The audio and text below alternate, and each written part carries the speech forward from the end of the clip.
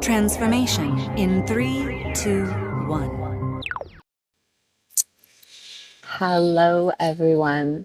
I'm telling you what, there is a lot of background noise right now, and I apologize. I'm going to do my best to get it out, but I feel like we need to read through this, right? I went to go down by the railroad tracks, and people 2 doors down from the tracks are getting a new roof. So I went to go back in my house, but all of my kids are awake and they're doing things, and there's lots of stuff going on. So I came up here on the playscape, and when I came up here on the playscape and I got everything straightened out, my neighbors started all coming out of their houses, and mom was taking longer than the kids wanted her to, so they kept honking the horn. So I actually started this reading several times and just had these interruptions after interruptions, and still they're doing construction on the end of the street. There's noise. And I feel like we need to read around it. So I'm going to do my best to get that background noise out. But whatever it is that's coming through in this reading has some resistance to it already from the get. And we know that things have been frustrating lately, very frustrating with the astrology, the way that it's going, with the everything the way that it's going. And I just want us to take a minute before we start and take a deep breath. Okay.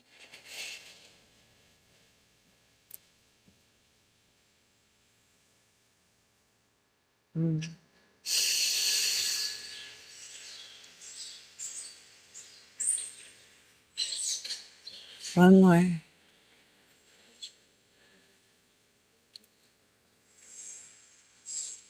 Okay, awesome. That feels much better. I also have a coffee cup. And I was drinking the coffee cup beforehand, and really bringing in that what is going on for us. What do we need to know today? What would you like us to know? There's already some droplets coming out. There's things that we are going to be happy about. There's things for you to look forward to.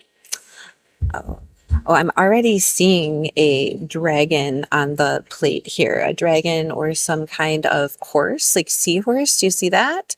We'll get to the, there's a lot of movement. Again, that movement forward. Here's the cup. Let's see what we see inside the cup. Oops, let me see if I can bring it where you can see it.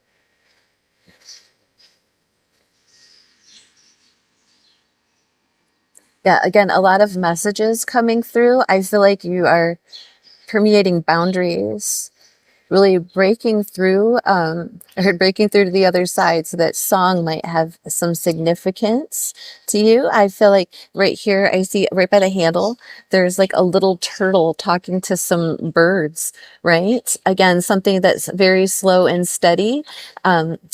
Maybe talking with some communicators. There's some people that, something that moves very slowly needs to be communicated quickly. So there's that earth element feeling to it. I'm also seeing maybe there's like, I don't know if you guys can see it, but there's kind of like this monster looking guy or something. And he's holding what looks like an eyeball to me. I don't know if you guys can see that. It's almost like somebody kind of reaching out and watching from a different perspective or a different angle. They're smiling, they seem to be happy, but at the same time, they kind of move into this amorphous looking caterpillar thing. So I'm thinking of the Alice in Wonderland caterpillar. Can you see him in there? See his head right here, and then his whole body goes around like that. And again, there's like, he could be like smoking the pipe as the caterpillar does. And what he does is he's very informative and yet confusing at the same time. So be very clear on what you're saying, how you're speaking. Okay. And when things come to you, there could be this air of unknowing, or maybe like meant to confuse. So again, be very, very aware of how you're interpreting words and things that are being spoken to you, and how they are being shared, right? Because it is meant to make you think. It is meant to grow you, your abilities. You're getting time to put them into practice right now.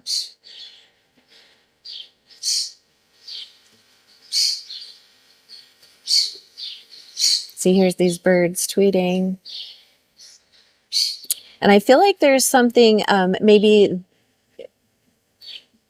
someone reaching out to you that wasn't able to see things. They've got like a blindfold on. I don't know if you can see person with the blindfold right there, and then there's another person underneath of them, also with kind of darkened eyes, but it's like what is being revealed, you know, is a from deep within, and you can't be really necessarily seen through the eyes, and maybe that blindfold needs to come off, and what it shows is like a smaller, younger, pure version, that's a little timid because it's been probably feeling a little intimidated. You know, I can identify with these feelings. I know I'm not the only person who's been having these feelings, right? This is part of the collective consciousness, the collective experience right now, all of these things coming to light and coming through the shadows in order for us to heal them and change on a you know, human level, on a cultural level, all of us, right? And these are the times of change. And it used to be separate per regional places because it was so hard to communicate over far distances. It took a long time, right? Think back to the turtle and the two little birds, but now we're able to communicate over long distances very, very quickly, immediately. And here we have two figures, you know, again, they're very faint, very light. There's a lightness to it. Like once that boundary is permeated, there's this idea of things connecting, of people connecting. Here's more people again connecting, and they're like above that plane, above the wash of maybe what the caterpillar is trying to keep subdued. There's definitely a pathway going forth in that direction, you know, to get through. And yet there's these feelings like these of being dragged back maybe, and it's kind of like a weird dog horse looking thing here, like it's reminding me of like the never ending story. In a way it's like that, the good luck dragon and the bad luck dragon, right? The idea of the things that are pulling us back, that we're loyal to or that are loyal to us, but aren't necessarily good for us, and then us again permeate. See, and I'm burping a lot. I was like it's all trying to like come out and come through to get to that place where they're like sitting down at a table. Maybe you're meeting somebody at a cafe or a bar, someplace with a very high counter, right? And having this conversation over that. And again, there's this idea of maybe this sluggish thing, and now it has to grow something new itself. Because the things that it was working on aren't working anymore. There's more like rising up through. Take that how it resonates for you. Let's look at this plate.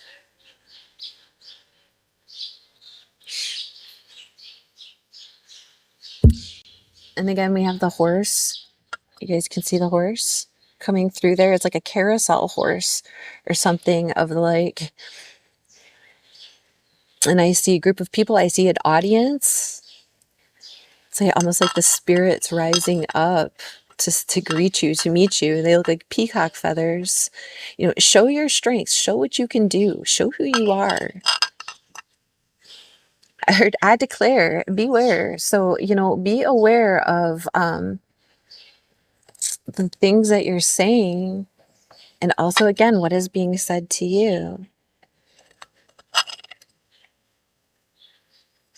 I see like a part, something that is protected, something that is kept pure, the way that it is supposed to be. I see a lot of protection around it. Oh, I see a frog. Frogs are, again, they're very pure, and I'm hearing amorphous, and they change from one form to another. Do you see the frog? Right there, see his head? And he's getting this like tail coming out of him like this. Again, like that tadpole to a frog, that evolution of that, of your evolution of fate, and it's leaping. And again, that kind of looks like a snake, and it looks like the horse and the snake are meeting each other. Look at it. It's like sticking its tongue out at it. Oh, it almost looks like the Loch Ness Monster, right? These mythical things that maybe that we dream about, or we know that are underlying the surface. You know, anecdotally, they are proven. So maybe it's some stories that people are telling you, and then look at this guy. He's standing there, you know, broad faced, looking out over. He's got very dark eyes. He's wearing like a coat and a jacket, and he has there again the dog next to him. You know, looking over like crowds of people standing, like you're standing on the higher ground. Something is watching over. You know, I feel like I heard bear witness to the good and the bad. So what you've been doing, what you've been working on is being seen. And the fact that it's being maybe monitored is also being seen. The intentions are pure. Like, this is what Saturn is doing to us right now. This is what Saturn is doing for us right now. It's regulating the karma. So if you've been doing good and you've been working hard, those things will be rewarded, you know, even through the restrictions. Those restrictions are the boundaries that it needs, and the things that are karmic revenue in the negative, right? In the debt. So you're either building, you know, talk about it as money, that's how it's coming through. Saturn, 10th house, you know, the revenue that you bring in, or versus the debt that you incur on a karmic level. That's what Saturn's doing for us right now. And again, there's that horse and that snake. Take it how it resonates, that movement forward. It's very quick moving. Our ancestors, spirits, guides. 8 of coins. In the pre-shuffle, 8 of coins was coming out constantly. We'd at 11:22. Practice, get to work, get to work. You know, what is he building there? What is he building? Again, the Tom Waits song. And he has a bird with him. It's either a seagull or a magpie, right? The window's open and he can see to the castle, but he's not in the castle, right? He's making, it looks like he's making templates to me. Something so that something else can be replicated. There's this feeling of get to work. Get to work. And even if it takes a long time, and I heard by design. A long time by design. I am a fire sign. That is difficult. I want it to go fast. There's like the Hermit in the reverse, Virgo in the reverse energy. Not Virgo, like, don't pin things on people. Take it as an archetype, right? That internal knowing, that internal glowing, that internal self, doing it by the self. This is, you know, not being alone, or maybe not being left alone. I'm feeling like it's really like they won't leave me alone kind of energy, like things that, again, want to come through us or through for us, watching over our work. You know, watching over the things that you do, looking at your evolution and having that feeling like you just can't get some time alone. I'm telling you, like this, the way that the reading started, this feeling, right? And then we get the Hanged Man, Pisces energy, which is actually the axis of Virgo. Right? It's in the upright. It's saying, take that moment, take that time out. This is also talking about things hidden under layers, like the Loch Ness monster, things coming out from the depths, right? And not being able to see them when we're standing in the upright, and mobile, having to take a moment, take a step back for a second, and being maybe even in a forced pause, so that that new perspective can come through. Queen of Coins in the reverse, because somebody at 1333, right? Because somebody is maybe not being good with their coin, maybe isn't able to build, maybe you're feeling the inability to build right now. This very kind of stifling, sluggish energy, moves kind of very slowly. She's not it's like this, whenever I get the Queen of Coins, it's like this overindulgence in the material, whatever that material might be, right? And we get the World on the bottom, talking about cycles complete, things done and over with, graduating into that next level. It does have a very Saturnian feeling about it. And look at, she's like watching over all of the children. She's looking over all the things, that feeling of being the big thing on the outside, looking in, being, I don't say like larger than, but you know what I'm saying? Like, I'm grown out of a certain aspect of things. And the 4 fixed signs here, things that don't move, things that we surround ourselves with, or that we are surrounded by, right? That give us those pinpoint spaces that we can rely on so we know what direction we're going. Those are fixed in the sky, fixed in our minds, fixed in our bodies, right? Mind, body, spirit, emotion, all of those things. And it's like we've done this work. It has come through to a space where you are taking a time out for a second, because maybe you need to see that this energy isn't moving in the direction or in the pace that you are. Tell us about this Eight of Coins, please. The Akashic Library. I feel like you are inventing something wholly new. There are things that aren't written yet that are being in the Akashic, or that aren't into the history books quite yet, that are coming through. It might be a matter of blockage. Maybe you need to read the instructions. Maybe they need to read the instructions. Maybe there's something, something about instructions here, right? Because there's like, those are the things that are being recorded, and we need to work on what we would like to be built in the new, right? For the future. 2, right? It's the number 2. It talks about the secrets of, again, of the Akashic. It's the High Priestess, things that are hidden, things that are unknown. This is secrets coming to light, things being brought out. Maybe your work is showing things that have been previously hidden, right? What is this Hermit? Oof. Again, in the reverse, this is clearing the way. So look at them in the upright. Clearing the way is the 4 of keys. That's the 4 of pentacles, right? And it talks about blockages in our path. And then again, this is moving how are we going to get those things out of our way? Or are we letting those things stop us up? Are those things being thrown in our way purposefully? I mean, take it how it resonates. I think it's going to be a variety of all of them for all of us, depending on what those things are. Again, knowing that we can't do things independently all the time. Sometimes we need other people, and sometimes other people want to put things there. It's, what are we holding on to? And again, that totally an internal space. Perfectionism. This is like an air of perfectionism about it. Like, you won't get it done until you know it's absolutely perfect, and it's never going to be absolutely perfect, because that's not a realistic existent thing, right? 1717. Is this as I say, I'm like, is this deck in the mix? And it's not. We got the Oracle of Delphi in the upright on the bottom, the Magician energy, right? The one who knows. And she does have that feeling of the High Priestess as well, because there are these secrets that are being revealed. And the Train, right? Reflection in the reverse, number 19, and the Willow, 2 of Forces, both in the reverse here.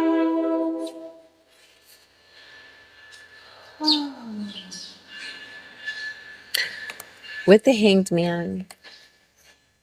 The Hanged Man is in the upright, but in the upright, he's in reverse. And these blockages are because we're allowing other reflections to bounce off of us in the emotional sphere, in the physical sphere, in the mental sphere. Right? We're allowing the reflections of other things to maybe dull our shine, or to put us in a space of blockage. And in this point where we are stuck, we're starting to see through that, right? Those blockages are becoming removed because we're no longer like walking into other people's karmic wake, right? Or walking into the dust from these things, waiting until the dust settles, so that clarity can come back. What is this Queen of Coins in the reverse, please? That's hot, guys. And it came out like by itself. There's more cards right here that fell out. The Master Artisan. It is the 8 of Coins. This has to do with your work. This has to do with how you're working, what it is you're producing. It doesn't matter if you're retired. It doesn't, if you where you take it, how it resonates. We're all building something, whether it be a home, whether it be a job, whether it be a product, whatever it might be. We're all working on our things, and being able to, I'm hearing manufacture. I'm hearing produce. What are you guys up to? Let us know if you're okay with that in the comments. But the artist here, really, really, I'm hearing get to work, get to work. All right, what are these ones? Four of Scrolls, Karmic Trench. This is what I'm talking about with this Queen of Coins in the reverse here. Digging that karmic trench. Not getting in the space of other people's karma, not getting in the way of other people's like falling in the spaces between that they set up for themselves and for us. Eight of Scrolls. Look at all these eights. Paths unknown.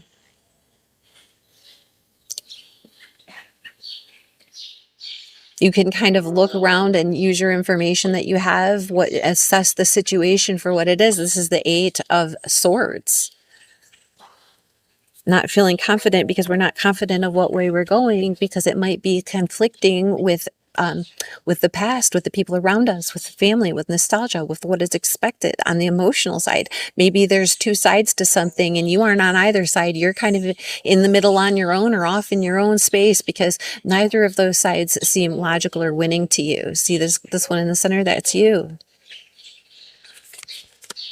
Buddha prepares.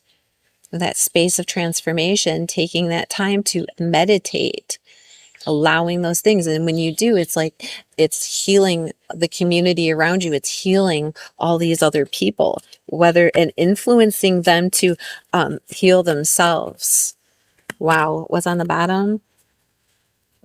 Lots of eights, lots of twos. Two of keys. Two of keys. That's the Two of Pentacles. It says the treasure. And it's like he's looking all around in this room and the treasure is right there. It's right there. He's torn the whole room apart looking for it. And it's right there. And it's in the reverse. Like losing balance. Like forgetting, forgetting the plot, basically. Maybe you found the treasure. Maybe that's what offset the balance between the negative and the positive. And the cycle is complete now.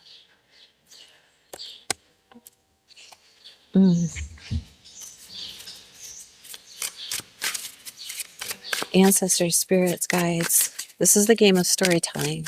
And this is great because it's like, what stories are we telling ourselves?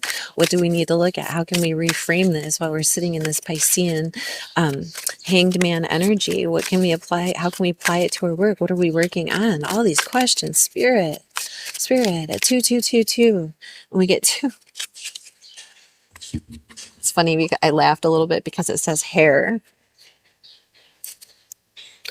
Prepare a story about your mane, your tresses, your locks. A fresh shave, a new cut, or moisturized coils, getting tangled or untangled. A fade, a braid, a mohawk.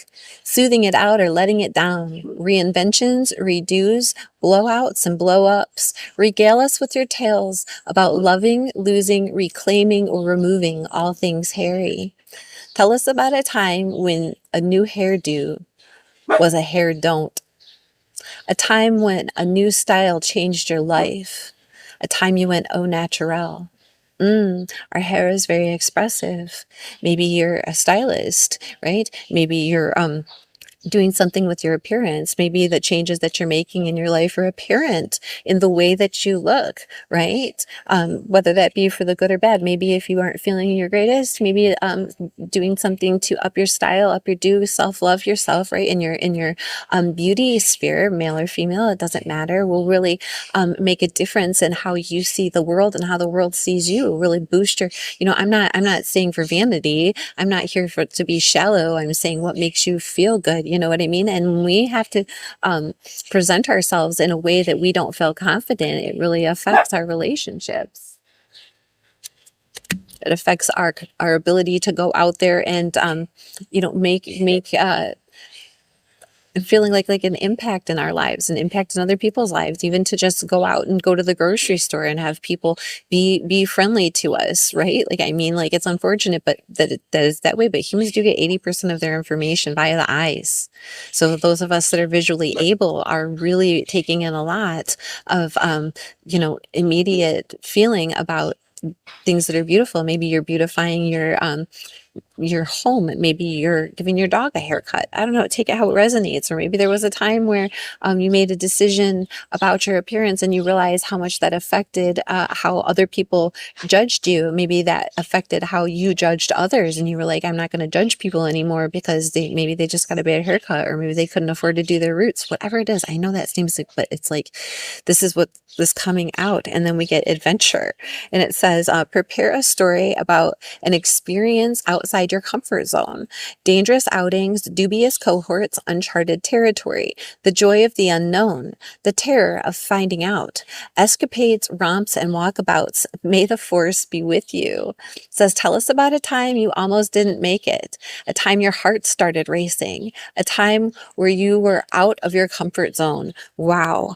And I think these things are super important for us to look at when we're sitting in maybe a stuck space. That adventure, like, was there a time that you went out on an adventure? Maybe the adventure is what got us in the stuck space. Take it how it resonates. But all of those things were learning experiences, and how did those affect and change, and how do those reflect on your work right now, right? And are those spaces and places and times done and over with? What is the new adventures that you're planning on taking? What's next? Very, very interesting. I hope that was helpful. I hope that you got something out of it. Thank you so much for being here. Thank you for remembering to hit like and subscribe. And thanks for coming back and seeing us again next time. Bye.